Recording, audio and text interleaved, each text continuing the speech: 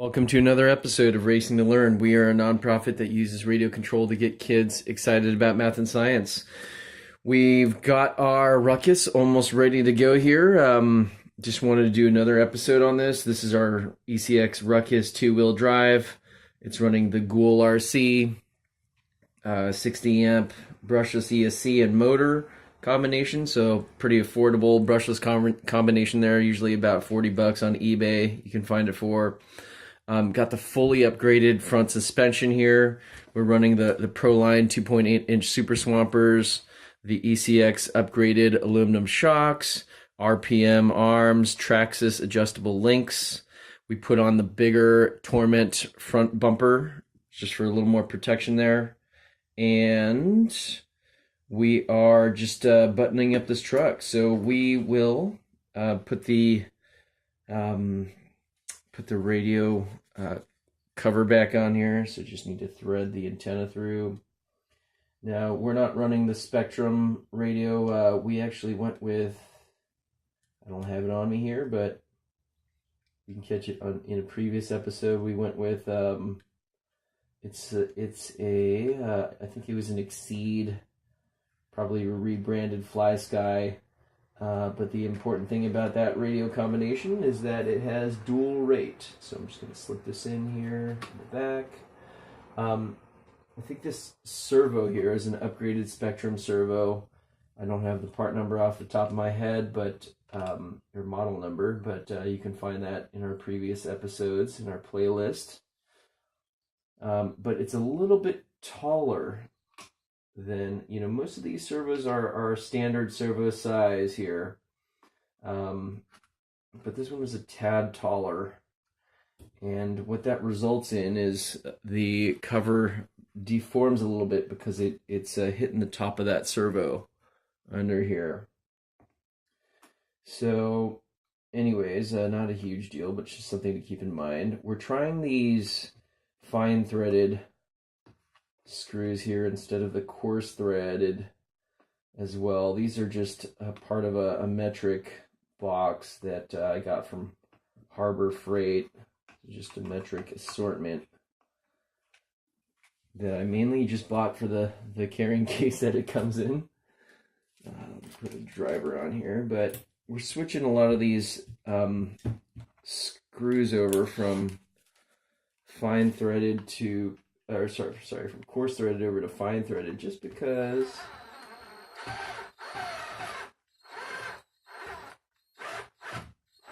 should probably use a smaller tip here or a bigger one. Didn't seem to be grabbing too well, but we've been switching over to these fine threaded screws because the coarse threaded tend to tear up the plastic a little bit more, and then they get looser and looser with time. Just the tolerances on those coarse threaded screws, I shouldn't say the tolerances, but the just the thread itself inherent to the design, it can kind of tear up the plastic from screwing and unscrewing the screws multiple times. So the fine threaded usually works better for that, and it just holds up better over time as long as you don't cross thread those screws. So I'm just tightening this by hand so I don't strip the head. When we get a chance, we'll probably convert this over to hex headed stainless, so we won't have to worry about these screws rusting and corroding and becoming, just losing their functionality over time just because of that rust eating into them and whatnot. And okay, so we've got the front radio cover on there.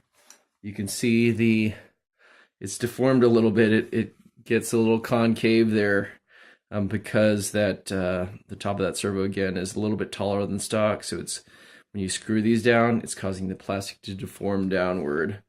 So not a huge deal. I mean, it's not meant to be a sealed waterproof cover anyways. Although it does provide some of that protection. You can see the gaps in the radio case here. You can see the light going through. So anyways, just something to keep in mind. The fact that this is even here is pretty nice, just because it keeps a lot of the gunk off of the radio and the servo there. Really like this design, although they could have made the cover a tad taller. You know, if you wanted to, you could seal this up with some, you know, some silicone or some RTV or whatnot, but that's probably overkill. You know, because water can get in through the bottom anyways. So this truck is running the RPM steering eliminators too, so pretty nice. The previous owner pretty much decked this out with all the possible RPM parts: front arms, front arms, the Servo Saver eliminator. That's really highly recommended. Although, you know, we haven't run one yet. This is our first one with that Servo Saver eliminator, even though we have 3 Ruckuses and an ECX amp. So, you know, it removes some of the slop, right? You can see the steering's a lot, just has a lot less play in it than the stock steering. I could probably grab our stock chassis over here. But since it doesn't have any of the servo linkages, but you could see that there's a lot more wiggle and slop in that that stock setup for the Servo Saver, even though we have a zip tie around here to tighten things up.